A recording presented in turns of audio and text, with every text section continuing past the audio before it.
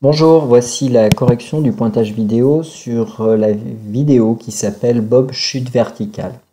Si vous suivez rigoureusement le protocole qui vous a été communiqué, il faut commencer par cliquer sur cette icône pour pouvoir accéder au fichier et ouvrir la vidéo qui s'appelle Bob chute verticale. On ouvre alors la vidéo, la lecture se lance automatiquement, on se retrouve à l'image 37 sur 37, il faut revenir à 0. Puis avancer image par image jusqu'à ce que l'objet ne soit plus au contact de la main de l'opérateur. Je reviens un petit peu en arrière et je constate que c'est vers l'image 21 sur 37 que l'objet est maintenant totalement libre de son mouvement. Je vais dans sélection de l'origine, je choisis un endroit où mettre l'origine du repère. Par exemple, le coin inférieur gauche du tableau est un point de repère facile avec un repère qui apparaît correct orthonormé.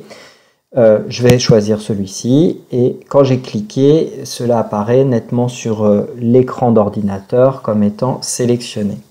Sélection de l'étalon maintenant. Pour la sélection de l'étalon, je fais un clic gauche en bas de l'objet, puis je vais tout en haut de l'objet de référence.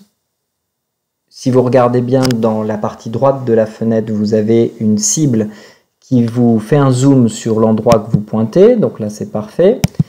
Je mets 1,20 m, attention c'est avec un point que se notent les distances pour indiquer que c'est l'étalonnage de notre vidéo. Et je vais ensuite cliquer sur sélection manuelle des points. Je commence par cliquer sur la première position, même chose, j'utilise le zoom qui se trouve à droite pour pouvoir mieux cibler l'objet d'étude. Et à chaque fois que je clique sur une position, le logiciel passe automatiquement à l'image suivante. La vidéo est en fait une succession d'images défilant avec une certaine rapidité. Et là maintenant, je suis en train de réaliser ce pointage le plus précisément possible.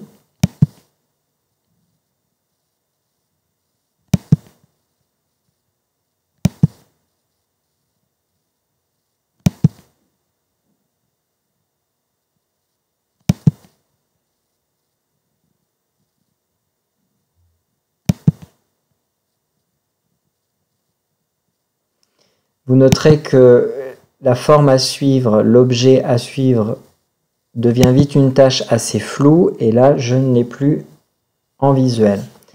On vous demandait ensuite de transférer vers les vecteurs. Quand vous transférez vers les vecteurs, vous voyez apparaître deux vecteurs qui sont vitesse et accélération. Je vais retirer le vecteur accélération pour ne garder que la vitesse. Les échelles sont fixées par définition, on peut les modifier mais je n'ai pas d'intérêt à y toucher. Et puis je vais lancer l'animation en appuyant sur commencer. Je vois alors le vecteur vitesse instantanée se tracer et évoluer. Je vais réduire un peu la vitesse de défilement. Alors il semblerait que je l'ai plutôt accéléré. Non, je l'avais bien diminué, pardon. Et voilà, nous avons un vecteur vitesse instantané dont la direction est sensiblement verticale pour tous les points, le sens vers le bas pour tous les points également, le point d'application est le même, c'est le système physique que l'on étudie, et la norme ne cesse de croître. Bien entendu, sa notation, elle aussi, ne cesserait de croître. Au passage, vous avez sur votre écran le calcul de la valeur de la norme, ce qui vous permet de vérifier que vous avez trouvé une valeur correcte pour les positions 2 et 6 par rapport au calcul que vous aviez mené. Si je fais un arrêt de cette animation et que je défile au niveau des points, j'ai bien ici pour le vecteur vitesse instantanée au point 6 une norme du vecteur vitesse instantanée qui vaut 1,9 m par seconde.